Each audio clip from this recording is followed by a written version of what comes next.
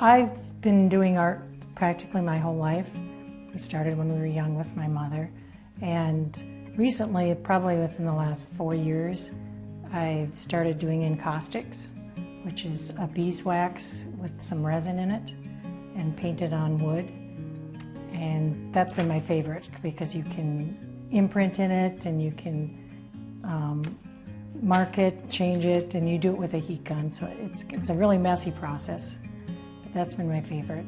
And as far as the Swedish dolls, we started making those with my mother as young kids. We made different choir kids and different things. And now I've been interested in our heritage because my mother was 100% Swedish, my dad was 100% Norwegian. So I've been looking into that, some of the culture from their homeland, and been doing dolls that reflect that.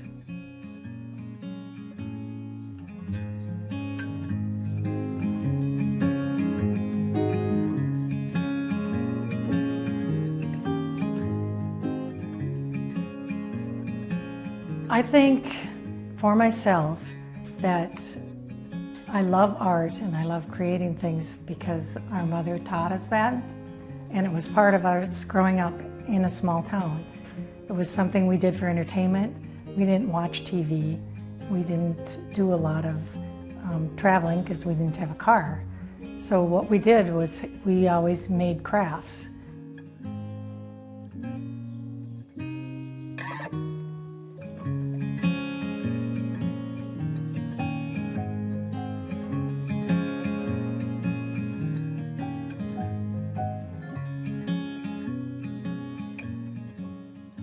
Encaustics actually started with the Greeks in, I think it's 5 BC, and they started painting using wax with colors in it to waterproof ships, and then that's how they made warrior ships and did designs on them.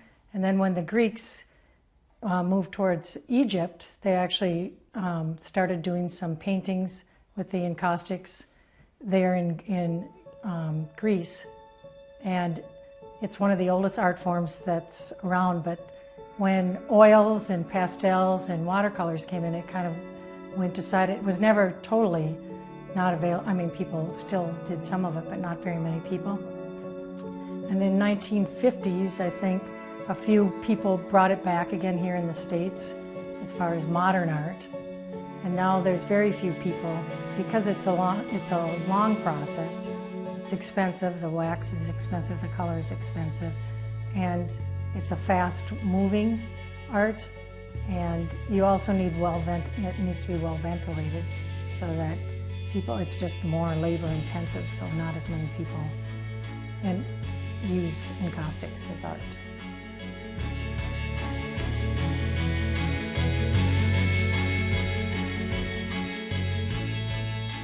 I think I'm drawn to the encaustics because you can do so much with it. If I find fabric that I like I collect old laces, and I can cut them out and I can put those in there, and then I can paint over. And it's also, you can add in texture, which I really like. It makes it more of a 3D. And I think my most favorite of it is the final sheen. It has a different sheen in it. Very just different looking than like a watercolor and oil, which I've done too, but it's been fun because I can find things. When I find coins, I put coins in there.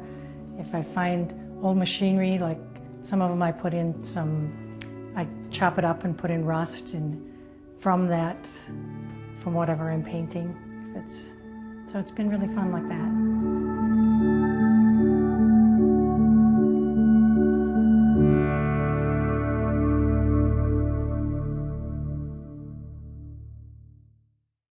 All right, the encaustic method is layer upon layer of beeswax and resin. So you buy resin, which looks like little pellets. So you add resin to natural beeswax, and I do it probably 15% resin to 85% beeswax. And then I get a clear wax that looks like this. It's just no color in it.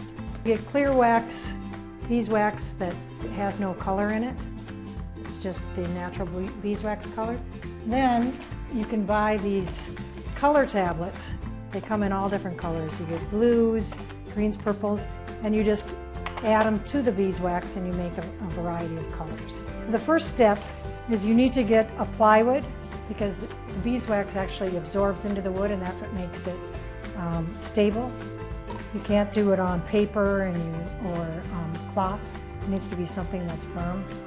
So the first step to do is just take layers and layers of just the plain beeswax on the plywood to cover the wood. And I think you have 5 seconds from when it's warm to when it gets hard on the board.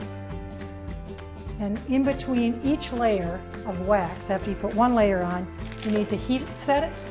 So you use a heat gun and you get it just so that it's got a little glow to it, and then you know that it's melted onto the plywood. Then you go back and you add another layer of beeswax.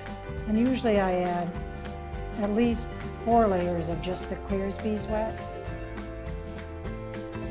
because then you get the depth. And then you heat it again in between each layer. The next step is I'll add on some color. So this time I decided I wanted some white in the background. So I add the white coloring into this beeswax so that you get it. And I add a layer onto the board. And usually it takes more than 1 layer to cover it depending on how much of that pigment you put in. Then you heat that again. Now is the time when you can start adding in things or doing different things. And for this demonstration, I decided to put texture into it. So I find all different kind of tools. I can find these kind of tools. I use combs, anything you want. And all you do is you press into the wax and I can make designs. Sometimes they can represent blowing snow, or I just put in texture in the background just for interest. So that's the next step, is to add texture with some type of device. Then the next step that I do is I cut out a stencil or I do a drawing on paper first. And this time I decided to do cows because where I grew up, the farming is important. So I draw a car, then I'll just cut it out, and then I use it like a stencil. So I use this stencil to keep my wax from getting in the background. So if I wanted red this time, I dip it in the red, and I just go along the stencil. This is the fun part.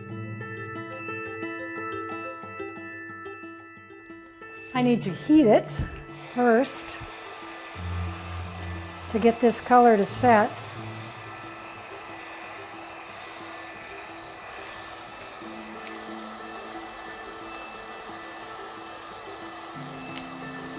You can see how the wax turns a little glossy, and that means that it's heated up enough it's not going to come off. The paintings, they won't melt on your wall or anything. It can go up to 150 degrees before it gets soft again because of the resin. So then I just peel off this shape. I sometimes do detail. I'll take off some areas that have seeped underneath. Just scrape those off and clean it up. Clean up the edges. And then I can also add in, this is a type of mica. It's called biotite. And you can flake it apart. It's actually just a mineral. And I can put it on for a shadow by the eye. And then I just press it in, heat it up.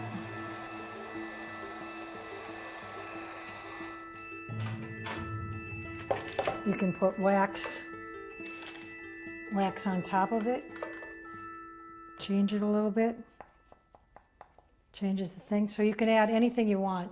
I also use laces, I use birch bark. I take pieces of birch bark and peel it into pieces. Then the next step is adding detail to it. So on this one, I cut out a newspaper article from one where it's about farming.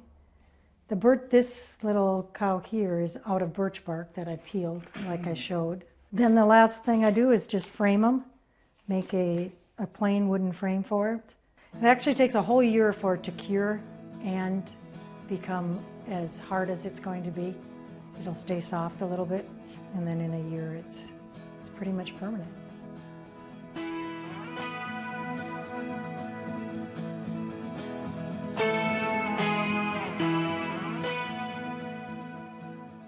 And I think the art, for me, just expresses it's a contentment and with life and people, the connection to people that we get through art. It's in schools, they've cut back on art and music.